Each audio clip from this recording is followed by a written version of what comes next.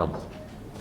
اور کئی دفعہ ان سے یہ ڈسکشن ہوتی رہی اور وہ یہ کہتے تھے کہ بھائی میں اپنی زندگی کے ایسے حصے میں ہوں کہ میں چاہتا ہوں کہ اپنی جو پولیٹیکل سٹرگل کی وجہ سے, اپنی جو ہماری سیاست کی وجہ سے لوگ سیاسی قوت میں جو مقام ہے اس سے میں ایٹ لیسٹ اتنا فائدہ اٹھاؤں کہ ان کو ایک میز پہ میں بٹھا سکوں. وہ اپنی زندگی کے آخری لمحے تک انہوں نے وہ کوشش کی, اس میں وہ اپنی خواہش اپنے ساتھ ہی لے گئے, لیکن بہرحال ہم ان کی مشن کو چھوڑیں گے نہیں اور اس کو اس وقت تک اپنی محنت جاری رکھیں گے جب تک ان کو پائے تکمیل تک نہ پہنچائیں. جس طریقے سے لطیف لالہ کو قتل کیا گیا,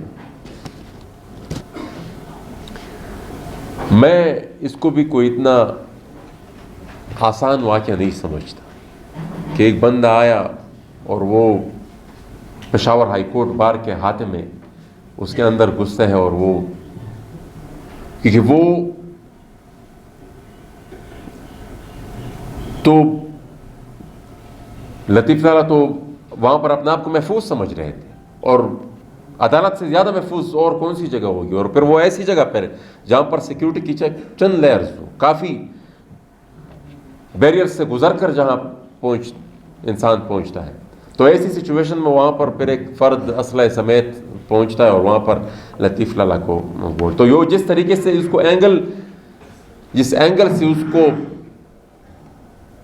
اس کی توجہ ہٹانے کی کوشش کی گئی, جو موڑ دینے کی اس کو کوشش کی گئی ہے, میرے خیال میں یہ بھی یہ اور ایک انتہائی گہری سازش ہے. یہ جتنی بھی انویسٹیگیشن ہوئی, جتنے بھی وہ آفیشل سے میری بات ہوئی, جہاں سے یہ بات شروع ہوتی ہے, یہ مسئلہ جہاں سے شروع ہوتا ہے اس کی کسی کے ساتھ کوئی ڈیٹیل نہیں کہ یہ پرابلم شروع کہاں سے ہو رہی ہے اور کس طریقے سے ہو رہی ہے. اور پھر جو تصاویر اس فرد کی جس نے لطیف لالہ پر فائرنگ کی وہ پھر ساری دنیا کے سامنے ہے کہ کس طریقے سے کہاں ان کی اٹھک بیٹھک ہوتی تھی. تو یہ ایک انتہائی گہرا منصوبہ تھا اور حکمت عملی تھی جس کے لیے ہمیں بھی تیار رہنا پڑے گا, کیونکہ وہ تو یہاں پر جتنی بھی استعماری قوتیں ہیں, یہ جو انگریز کی جو بقایا جات ہیں, وہ تو اس میں کافی تجربہ رکھتے ہیں. وہ تو اس طریقے کے منصوبے بنانا, کسی بھی بات کو ایک علاقائی اور قبیلوی دشمنی کا نام دینا, وہ کوئی اتنا بڑا مسئلہ نہیں تھا. عثمان کاکڑ شہید کا واقعہ ہمارے سامنے موجود ہے. اس سے پہلے کئی اس طرح کے واقعات ہوئے جس کو کوئی سا بھی موڑ دے کر لوگوں کی توجہ ہٹانے کی کوشش کی گئی. لیکن بنیادی طور پر ہر وہ ایک سیاسی کارکن جو اپنی مٹی کی بات کرے گا, جو یہاں پر اپنی شناخت کی بات کرے گا, جو اپنی حق کی بات کرے گا, جو اپنی تاریخ کی بات کرے گا, جو اپنی قومیت کی بات کرے گا, جو اپنی مٹی اور اپنی زمین کی تحفظ کی بات کرے گا, تو ریاست اس کے ساتھ وہی سلوک روا رکھے گی جو ہم سے پہلے سیاسی ورکرز کے ساتھ جس پالیسیز کا نشانہ انہوں نے لطیف لالہ کو بنایا, اس سے پہلے اور سیاسی قائدین کو بنایا. تو یہ یقیناً ایک ایسی سچویشن ہے جہاں پر لطیف لالہ جیسی شخصیات کا ہمارے ساتھ ہونا وہ انتہائی ضروری تھا. اور یہاں پر ایک بات تو بالکل کھل چکی ہے, اس میں کوئی دو رائے رہی ہی نہیں ہے, کوئی دو رائے نہیں اس میں, کہ یہاں پر نہ آئین ہے, نہ قانون ہے, نہ یہاں پر کوئی ضابطہ ہے,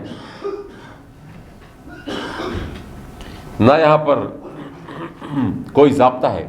یہاں پر کلم کھلا بدماشی ہے. یہاں پر پاکستانی فوجی جرنیلوں نے اور جوڈیشری کے ذریعے, اور وہ اب قانون کو بطور ہتھیار ان لوگوں کے خلاف استعمال کرتے ہیں جو آپ کو کہیں کہ بھائی ذرا قاعدے میں آؤ, ذرا آئین کے مطابق آؤ, قانون کے مطابق آؤ, ہمارا اور آپ کا رشتہ اور کوئی نہیں, صرف اس آئین کے تحت ہے, اور اس آئین کے تحت جو قوانین بنے ہیں یہی ہمارا اور آپ کا رشتہ ہے, اس کے علاوہ ہمارا کوئی رشتہ نہیں. یہاں جو قومیت ہے, آباد ہے اس ملک میں, ان کی اپنی ایک تاریخ ہے. آپ کے ساتھ اگر ان کی کوئی کنیکشن ہے تو وہ تو ایک ڈاکومنٹ کی بنیاد پر ہے. اب وہ اس کو آپ وائلیٹ کرنا شروع کر دیں اور وہ اس کا پھر الٹا ان قوانین کو ان لوگوں کے خلاف بطور ہتھیار استعمال کرنا شروع کر دیں جو انسانی حقوق کی بات کرتے ہیں. ابھی بھی مجھے بتایا گیا کہ ہرنائی میں 2 سیاسی کارکنوں کو 16 MPO کے تحت اٹھا کر ان کو مچ جیل میں صدام ترین اور یوسف شاہ کو مچ جیل میں بند کر دیا گیا. تو یہ تو کلا غنڈہ گردی ہے. گل علیہ اسماعیل کے والدین تقریباً 170 پیشہ انہوں نے عدالتوں میں اس بے بنیاد کیسز میں بھگتائے جو کسی لحاظ سے بھی ان کے ساتھ ان کا کوئی تعلق نہیں تھا. اس طرح علی وزیر نے بے گناہ 26 مہینے جیل میں گزارے. ہمارے ایک ساتھی حنیف پرشین ابھی بھی تقریباً 3 سال سے زیادہ اس کا عرصہ ہو گیا، وہ ابھی تک جیل میں ہے. تو قانون کو بھی یہ لوگ اب بطور ہتھیار انہی لوگوں کے خلاف استعمال کرتے ہیں جو اپنے حق کی بات کرتے ہیں اور اپنے علاقے کے امن کی بات کرتے ہیں اور رول آف لا کی بات کرتے ہیں اور انسانی حقوق کی بات کرتے ہیں. تو یہاں پر ایک چیز وہ بالکل اب کچھ نہ کچھ منورنگ ہوتی تھی. پہلے گما پھرا کر ایک چیز ہوتی تھی، انڈر گراؤنڈ پریشرائز کر کے ایک کو دوسرے کو کام نکلوائے جاتے تھے. لیکن اب جو کچھ ہو رہا ہے یہ تو کلا غنڈہ گردی، اس کو کسی طریقے سے بھی برداشت نہیں کیا جائے گا. اور اس میں 2 رائے رہی ہی نہیں ہے.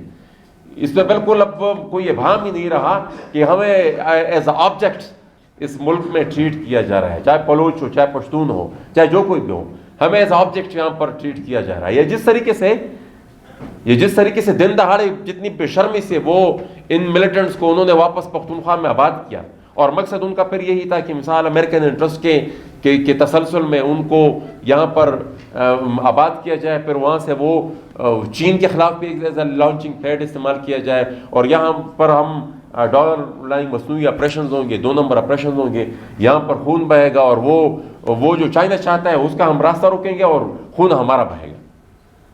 پھر سے انہوں نے ایک جنگی کانٹریکٹ کا ارادہ ہے ان کا.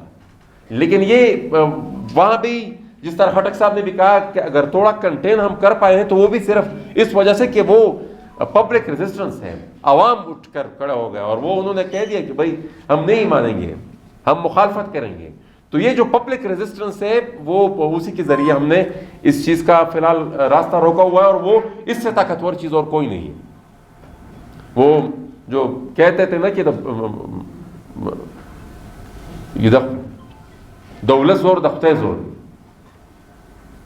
وہ انسانی طاقت، عوام کی طاقت کے سامنے کوئی بھی قوت نہیں ٹھہر سکتی. اور یہ جو لوگ یہاں پر اٹھاتے ہیں، اغوا کرتے ہیں اور پھر مسخ شدہ لاشیں یہاں پر جگہ جگہ پھینک دیتے ہیں، یہ بڑے کمزور لوگ ہیں. لیکن آپ زندہ مثال آپ کی دیکھیں، یہاں پر ایک جرنیل تھا، وہ کہتا تھا کہ بھائی علی وزیر معافی مانگے گا. تو آج وہ کہاں بیٹھا ہوا ہے اور علی وزیر کل گیا اپنے علاقے میں، سب نے دیکھا. تو وہ ہم نے صرف تھوڑا صبر و استقامت اور ایک منظم طریقے سے اس کے خلاف متحد ہونا ہے اور صف بندی کرنی ہے. یہ مطلب اندر سے کھوکھلے ہو گئے ہیں وہ ان کا مقابلہ اتنا مشکل نہیں ہے، لیکن ہمیں اپنی تھوڑی صف بندی دکھانی ہوگی اور مایوس نہیں ہونا ہوگا. پولیٹیکل ورکر کے لیے میرے خیال میں زندگی میں سب سے ناکامی کا دن ہوگا جب وہ مایوس ہو جائے، کیونکہ مایوسی میں ہماری کوئی بقا ہی نہیں ہے، کوئی وے آؤٹ ہی نہیں ہے، کوئی راستہ ہی ہمیں مایوسی میں جب تک ہماری حرکت جاری رہے گی ایک دن ہم اپنے لیے راستہ نکال لیں گے. لیکن مایوس ہم نے نہیں ہونا. میں آخر میں ایک دفعہ پھر تمام ساتھیوں کا، جتنے بھی یہاں پر سیاسی قائدین آئے، ان سب کا میں مشکور ہوں کہ آج انہوں نے ہمارے اس پروگرام میں شرکت کی، اور لطیف لالہ کی زندگی پر جتنا بھی ہم بولیں، ان کی زندگی ایک ہم ان کی زندگی کو پوری لائف ان کی مختلف اینگل سے بہت کچھ ہم نکال سکتے ہیں. وہ ایک ایسے شخصیت تھے جو یہاں پر آپ بھائی شوکت ترین صاحب بھی موجود ہیں. لاسٹ ٹائم بھی جب ہم آئے تھے تو وہ کتابوں کے ساتھ ان کا بہت زیادہ شوق تھا، اور وہ جتنا ہماری ینگ جنریشن کو انکریج کرتے تھے کتابوں کے لیے کہ ضرور آپ پڑھیں، اور وہ خود جب بھی کسی بکس اسٹال سے ان کا گزر ہوتا تو وہ ضرور کچھ کتابیں لیتے بھی تھے. جو انہوں نے اگر ایک آدھ کتاب ان کو پسند آ جاتی تو وہ خود وہ اس کے درجنوں کے حساب سے خرید کر وہ پھر لوگوں کو دیتے کہ یہ کتاب آپ پڑھیں, یہ ضروری ہے, بہت ضروری ہے. فن کے ساتھ ان کا ایک بہت ہی زیادہ لگاؤ تھا. وہ موسیقی کے ساتھ جتنے بھی زندگی کی جو مختلف فنون ہے ان کے ساتھ بھی ان کا ایک لگاؤ تھا. تو ایک ہمگیر شخصیت تھے, اور وہ مطلب انسان جتنی بھی جس اینگل سے بھی اس کو پرکھنے کی کوشش کرے تو لطیف لالا ایک بہت ہی عظیم شخصیت تھے. ایک بہت بڑا خلا وہ یہاں پر اس خطے میں چھوڑ کر گئے ہیں, تو ہم انہیں ایک دفعہ پھر خراج عقیدت پیش کرتے ہیں. ان کی زندگی ہمارے لیے ایک مشعل راہ ہوگی. ہم آپ سب کی تشریف آوری کہے گی تو دفعہ پھر بہت مشکور, یہ پوری سیاسی قیادت تھا ان کا بھی ہم بہت مشکور. Thank you very much.